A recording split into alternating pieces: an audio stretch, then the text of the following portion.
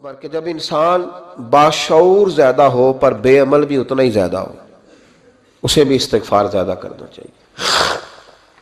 آپ میرے سمیت کسی بھی آدمی کو چھیڑیں گے نا تو دنیا اور مافیہا کی وہ باتیں کرے گا، لیکن جب اس کا عمل دیکھا جائے گا تو کچا سا، پلپلا سا، کمزور سا۔ یعنی ایسے لوگ ہیں جو ماں باپ کی عظمت پر 6 گھنٹے تقریر کر سکتے ہیں، لیکن اگر ان کی اماں سے جا کے پوچھا جائے کہ بیٹے کا حال کیا ہے جی، تو کہتے ہیں بڑی تکلیف میں ہو، اپنے بیٹے کے سبب سے بڑی آزمائش کا شکار۔ بھئی تیری 6 گھنٹے کی تقریر کا معنی کیا ہوا؟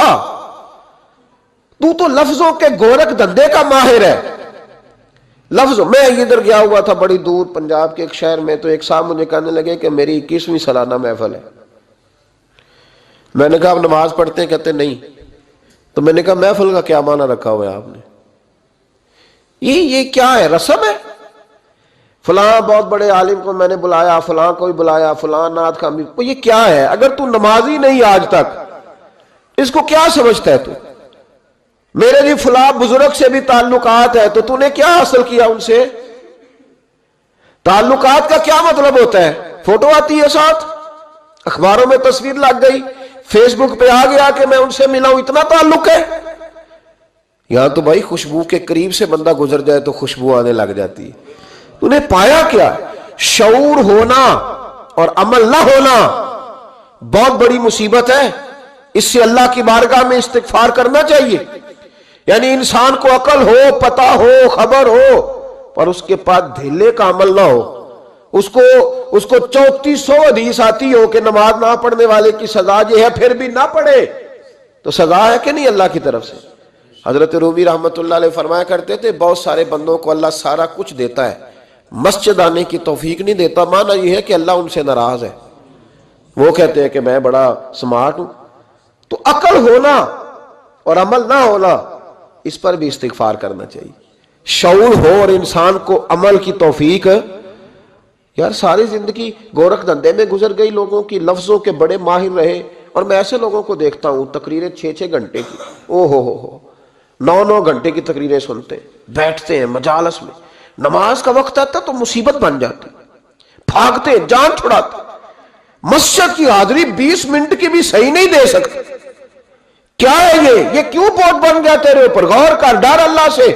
میرے نبی کریم علیہ وآلہ وسلم نے ارشاد فرمایا قیامت کے دن کچھ لوگ کئیوں کی بات سن کے جنت میں چلے جائیں گے۔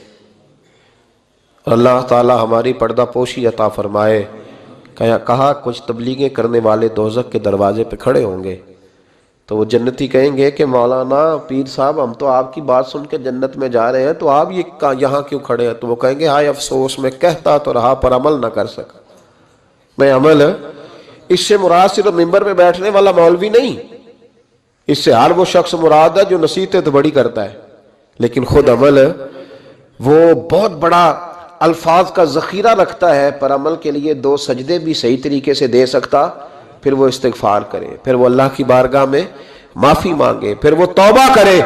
اس لیے کہ جو جتنا بڑا ہوتا تھا نا اس پہ خشیت بھی اتنی زیادہ طاری ہوتی، اس پر خشیت بھی اتنی جتنا۔ حضرت عمر فاروق رضی اللہ تعالیٰ عنہ کو زخم لگ گیا، شدید زخم لگا، آپ آ گئے، بڑی زیادہ خون بہ گیا ہے، بہت سارے صحابہ آپ کے گرد جمع ہو گئے، حضرت عبداللہ ابن مسعود بھی آ گئے، تو جناب عمر رونے لگ گئے۔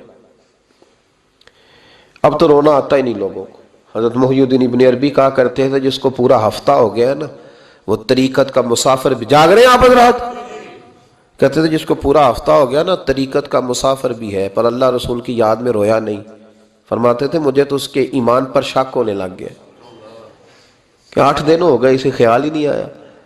حضرت عمر میدان میں جس شخص کے کبھی پاؤں نہیں لڑکھڑائے، اللہ رسول کی بات آتی تھی تو دریا بہتے تھے آنسو، یہاں حال ہی کوئی نہیں، خشک خوش جملے اور جناب موٹے موٹے تراشے ہوئے فکرے اور لفظوں کی ہیرا پھیری، اس کے علاوہ کوئی چیز نظر ہی نہیں آتی۔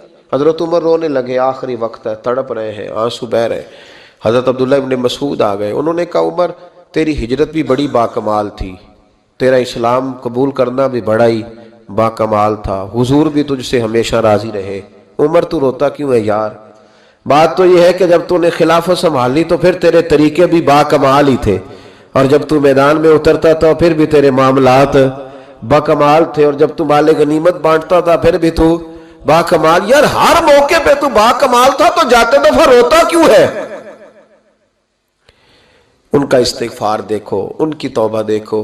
حضرت عمر پھر رو پڑے، کہنے لگے عبداللہ لوگوں کو میری نیکیوں کا پتہ ہے، گناہوں کا تو نہیں نہ پتہ۔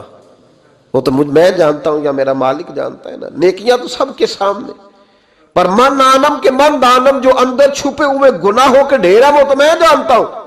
کہا تو نے میرے کلمہ پڑھنے سے لے کر میری حکومت تک میری ساری نیکیاں گنوائی ہیں، اب دعا کر میرے لیے۔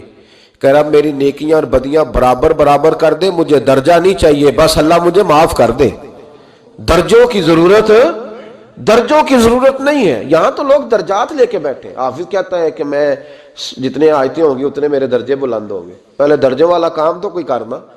مولانا کہتے ہیں کہ نور کے ممبر پہ بیٹھوں گا، بھائی پہلے بتا نور کے ممبر کی طرف تیرا سفر بھی جاری ہے کہ نہیں؟ تاجر کہتا ہے کہ میں سخاوت کروں گا تو حضرت عثمان کے ساتھ جگہ ملے گی، پر حضرت عثمان کی سخاوت اور اپنی سخاوت کا فرق بھی دیکھ۔ مجاہد کہتا ہے کہ میں نبی پاک کے جہاد والے صحابہ کی پشت پہ رہوں گا تو پہلے اپنے کام تو دیکھ، اور جب ساری باتیں سمجھ میں نہ آئے تو پھر اللہ کی بارگاہ میں استغفار کر، پھر بیٹھ۔ بڑے لوگ استغفار کرتے، معافی چاہتے۔